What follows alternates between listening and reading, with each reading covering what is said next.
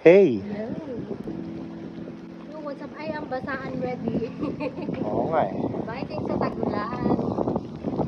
Maggagabi na, no? Ngayon pa lang kami lalabas. Very good.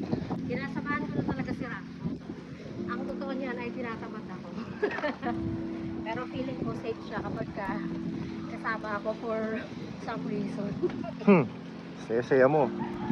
Totoo, sige lang siya bike. Hindi niya alam sa likuran, ang dami kong ginagawa para hindi siya masagasaan. Diretso lang siya pero ako nagta-traffic ako sa likod. Nagbebeg ako sa mga sasakyan na huwag yung sagasaan. Hindi ako nagreklamo. It's a joy to protect my love. Pakita na natin ilaw mo, Brad. Ang aking bedtime ilaw. Fluorescent yan, Brad. Ilaw ba ito? Mamaya tignan natin kung ano, kumusta yan sa gabi. Tara, go! Pakiulit yung sabi mo kanina. Oo, tinatamad ako mag-bike. Pero mahal kita. Para safe ka! Paano ako nagiging safe pagkasama kita? Basta may feeling ako na safe ka kapag kasama ako. Okay. Kung paano, huwag na natin alamin.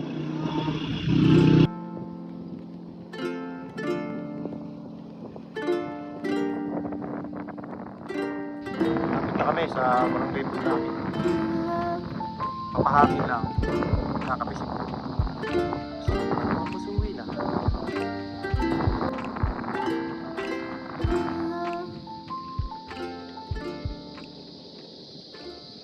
Naririnig mo yan?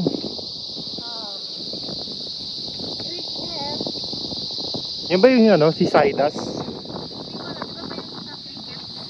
Crickets? Oo. Ganun ba? Hindi ko alam. Tapos yung si Sidas o Cicadas? I don't know. Cicadas yata, anong tamang pronunciation, no? Cicada. Ano yun? Insekto? Hindi si Kong, yan yung maingay.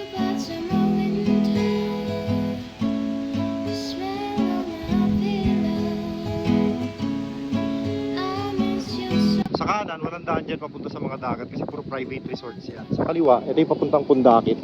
Libre siya pag taga rito ka. Pag hindi ka taga rito, you have to pay ng environmental fee. Dito na naman tayo sa mini baha.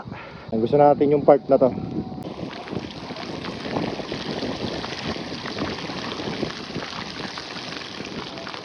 Alright. Madilim na. Dito na tayo sa barangay Pundakit. Sa dulo nito ay ilog or sabangan. Sabangan, Ilocano term yun ng ano, tugtungan ng ilog at dagat. Doon muna tayo habang maliwanag pa. Malapit na yun, mga half kilometer sa dulo nito. Ano yung mga kabahayan sa paligid. Ito na yung pinaka-barangay nila. Alright, so ito yung ilog. Nagko-connecta dun sa dagat. Dito nakapark yung mga bangka dahil tag-ulan ngayon.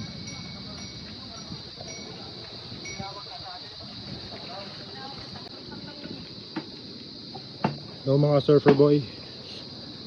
Hi. Hello. Hello. Hi. And this is the end of the road. And look at the view. Sea view. Cebu. Sea view. Ito na yung dulo. Ayan. May silbi naman ang aking pag-get up at pag-bike. At kaya ka nagbike. Kasi I love you. Kasi safe ka. Ulo maganda. Kaya pa ngayon. Halos linggo-linggo daming tao ron eh. Kaya pa ngayon Ano pangalan, madilim. kuya? Oh, medyo lang ano nabot nga. Yung mga 30 minutes. Kung magbabay kayo mga 15 minutes. Okay. Yung dito sa sinasabi ko mga 30 minutes lang pero maganda rin. Puno, maraming tao. Ilog po, ilog. Ilog kasi. Kalugtong nito. Karugtong nito. Isang tricycle. Sumasama eh. Pero pakain lang nito sumasama. Thank you kuya sa impormasyon. Sige pa. Thank you, kuya. Okay, thank you kuya. Oh, diba? Ano sa ilaw mo ba? Bongga.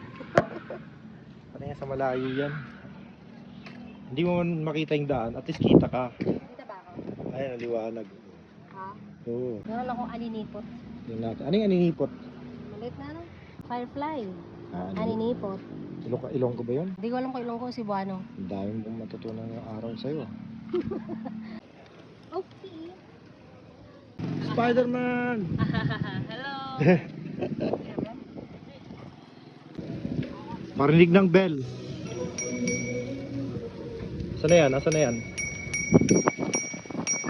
Ice cream! Binatag! Ako mountain, may bumili ka sa akin. Donut!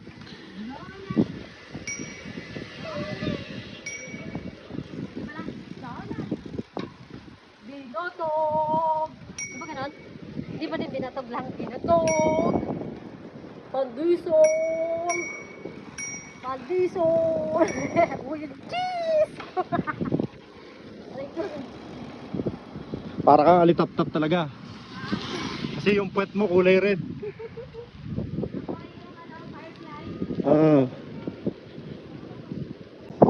Dito tayo sa isang maliit na iskinita para papuntang dagat. Bili tayong kape. Balikan mo na ba? Ay, hindi. Punta ka dun sa parkingan mo. Bye! Kaya nga niya. Oo nga eh.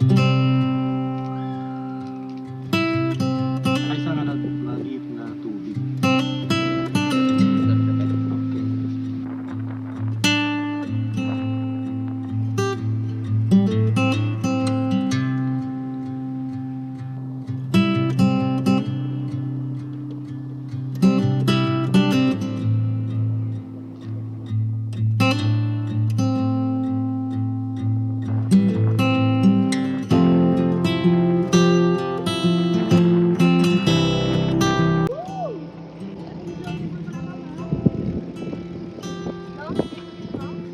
Hmm.